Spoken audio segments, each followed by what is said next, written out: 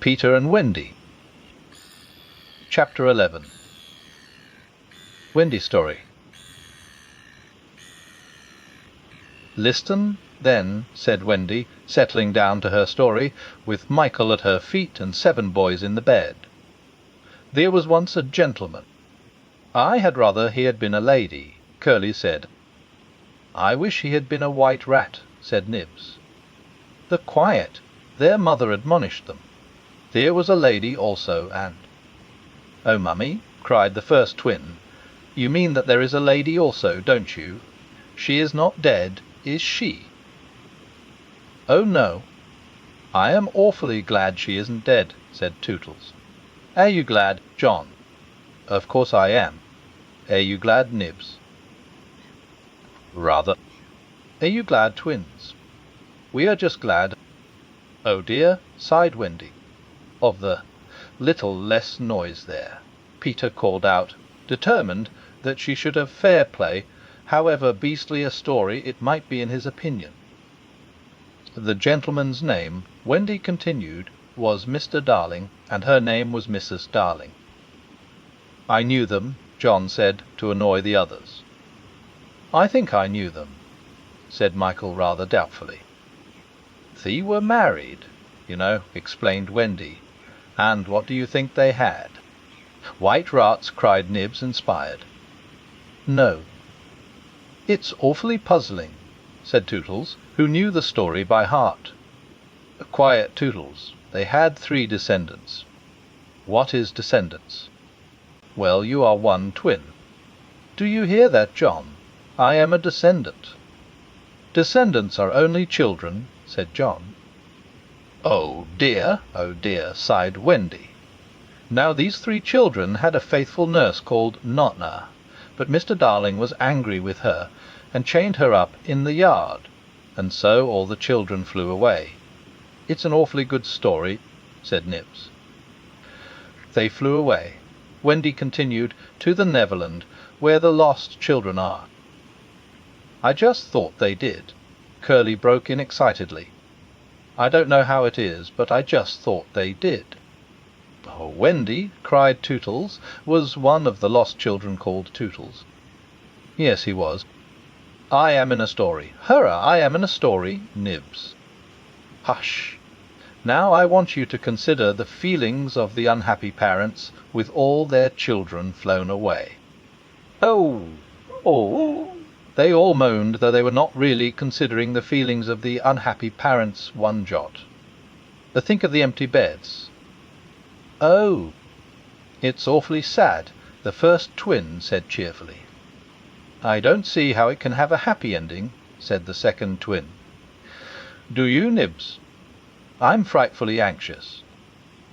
"If you knew how great is a mother's love," Wendy told them triumphantly, "you would have no fear." She had now come to the part that Peter hated. "I do like a mother's love," said Tootles, hitting Nibs with a pillow. The "do you like a mother's love, Nibs?" "I do just," said Nibs, hitting back. You see, Wendy said complacently, our heroine knew that the mother would always leave the window open for her children to fly back by. So they stayed away for years and had a lovely time. Did they ever go back? "Let us now," said Wendy, bracing herself for her finest effort, "take a peep into the future." And they all gave themselves the twist that makes peeps into the future easier. Years have rolled by. And who is this elegant lady of uncertain age alighting at London Station? "Oh, Wendy, who is she?" cried Nibs, every bit as excited as if he didn't know. "Ye can it be, yes. No, it is the fair Wendy." "Oh." "And who are the 2 noble portly figures accompanying her, now grown to man's estate? Can they be John and Michael?" "They are." "Oh!" "See, dear brothers," says Wendy, pointing upwards. "There is the window still standing open. Ah! Now we are rewarded for our sublime faith in a mother's love." So up they flew to their mummy and daddy, and pen cannot describe the happy scene, over which we draw a veil. That was the story, and they were as pleased with it as the fair narrator herself. Everything just as it should be, you see. Off we skip like the most heartless things in the world, which is what children are, but so attractive, and we have an entirely selfish time. And then, when we have need of special attention, we nobly return for it, confident that we shall be embraced instead of smacked. So great, indeed, was their faith in a mother's love that they felt they could afford to be callous for a bit longer. But there was one there who knew better, and when Wendy finished he uttered a hollow groan. "What is it, Peter?" she cried, running to him, thinking he was ill. She felt him solicitously lower down than his chest. "Where is it, Peter?" "It isn't that kind of pain," Peter replied darkly. "Then what kind is it?" "Wendy, you are wrong about mothers." They all gathered round him in affright, so alarming was his agitation, and with a fine candour he told them what he had hitherto concealed. "Long ago," he said, "I thought, like you, that my mother would always keep the window open for me, so I stayed away for moons and moons and moons, and then flew back. But the window was barred, for mother had forgotten all about me, and there was another little boy sleeping in my bed. I am not sure that this was true, but Peter thought it was true, and it scared them. Are you sure mothers are like that?" "Yes." So this was the truth about mothers, the toads. Still, it is best to be careful, and no one knows so quickly as a child when he should give in. "Wendy, let us go home," cried John and Michael together. "Yes," she said, clutching them. "Not tonight?" asked the lost boys, bewildered. They knew in what they called their hearts that one can get on quite well without a mother, and that it is only the mothers who think you can't. "At once," Wendy replied resolutely, for the horrible thought had come to her. Perhaps mother is in half-mourning by this time. This dread made her forgetful of what must be Peter's feelings, and she said to him rather sharply, "Peter, will you make the necessary arrangements?" "If you wish it," he replied, as coolly as if she had asked him to pass the nuts. Not so much as a soritolosio between them. If she did not mind the parting, he was going to show her, was Peter, that neither did he. But, of course, he cared very much, and he was so full of wrath against grown-ups, who, as usual, were spoiling everything, that as soon as he got inside his tree he breathed intentionally quick short breaths, at the rate of about 5 to a second. He did this because there is a saying in the Neverland that every time you breathe, a grown-up dies, and Peter was killing them off vindictively as fast as possible. Then, having given the necessary instructions to the redskins, he returned to the home, where an unworthy scene had been enacted in his absence. Panic-stricken at the thought of losing Wendy, the lost boys had advanced upon her threateningly. "It will be worse than before she came," they cried. "We shan't let her go." "Let's keep her prisoner." "Aye, chain her up." In her extremity an instinct told her to which of them to turn. "Tootles," she cried, "I appeal to you." Was it not strange? She appealed to Tootles, quite the silliest one. Grandly, however, did Tootles respond. For that one moment he dropped his silliness and spoke with dignity.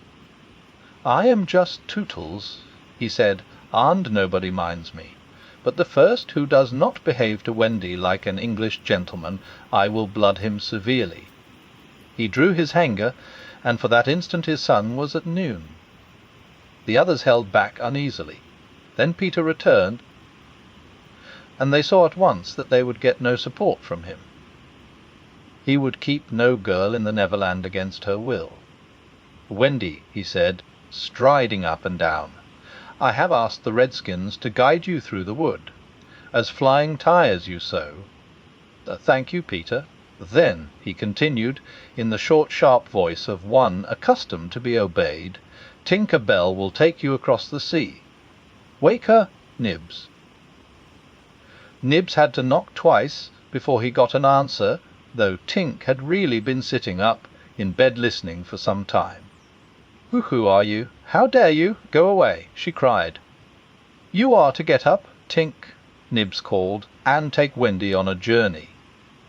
Of course Tink had been delighted to hear that Wendy was going, but she was jolly well determined not to be her courier, and she said so in still more offensive language. Then she pretended to be asleep again.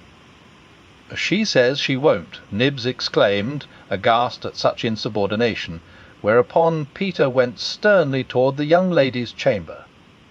"The Tink," he rapped out, "if you don't get up and dress at once I will open the curtains, and then we shall all see you in your NGRGE."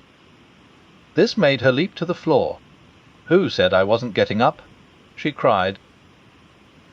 In the meantime the boys were gazing very forlornly at Wendy, now equipped with John and Michael for the journey.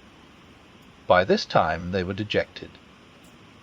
Not merely because they were about to lose her, but also because they felt that she was going off to something nice to which they had not been invited.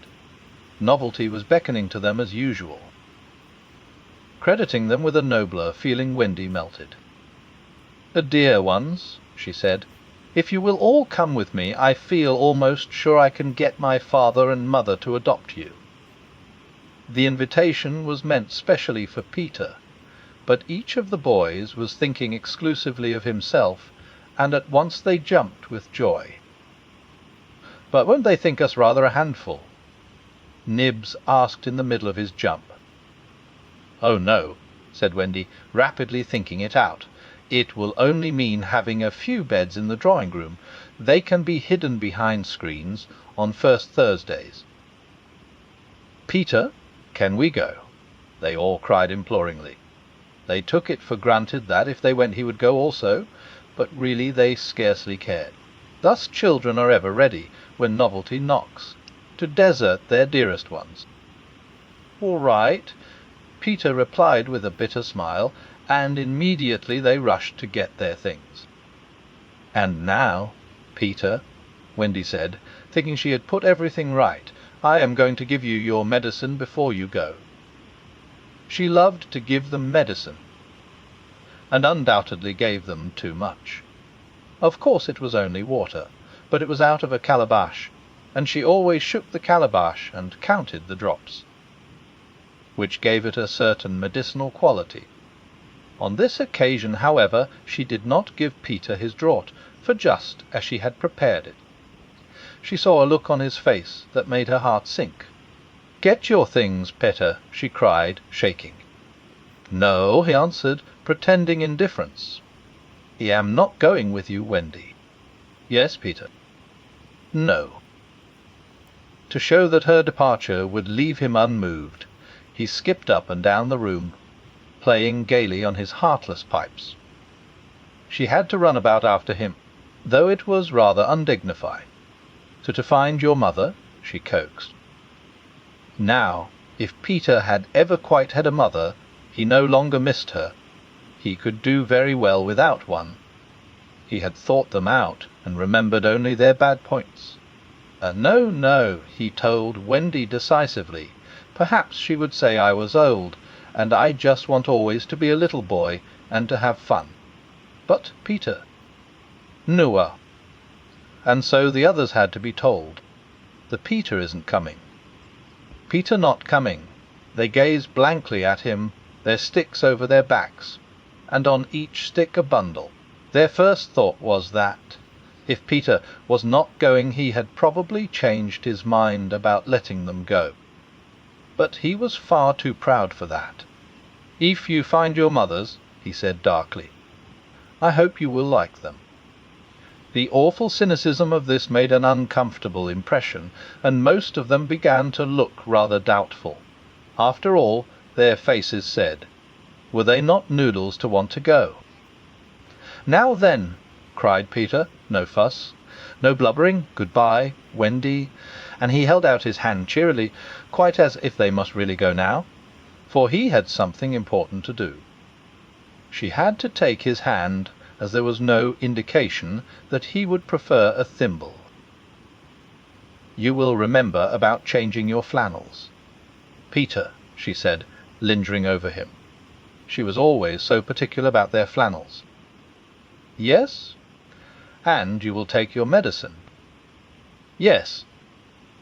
That seemed to be everything, and an awkward pause followed. Peter, however, was not the kind that breaks down before people. "Are you ready? The Tinker Bell," he called out. "Aye, aye." "Then lead the way." Tink darted up the nearest tree, but no one followed her, for it was at this moment that the pirates made their dreadful attack upon the redskins. Above, where all had been so still, the air was rent with shrieks and the clash of steel. Below there was dead silence. Mouths opened and remained open. Wendy fell on her knees, but her arms were extended toward Peter. All arms were extended to him, as if suddenly blown in his direction. They were beseeching him mutely not to desert them. As for Peter, he seized his sword, the same he thought he had slain Barbecue with, and the lust of battle was in his eye.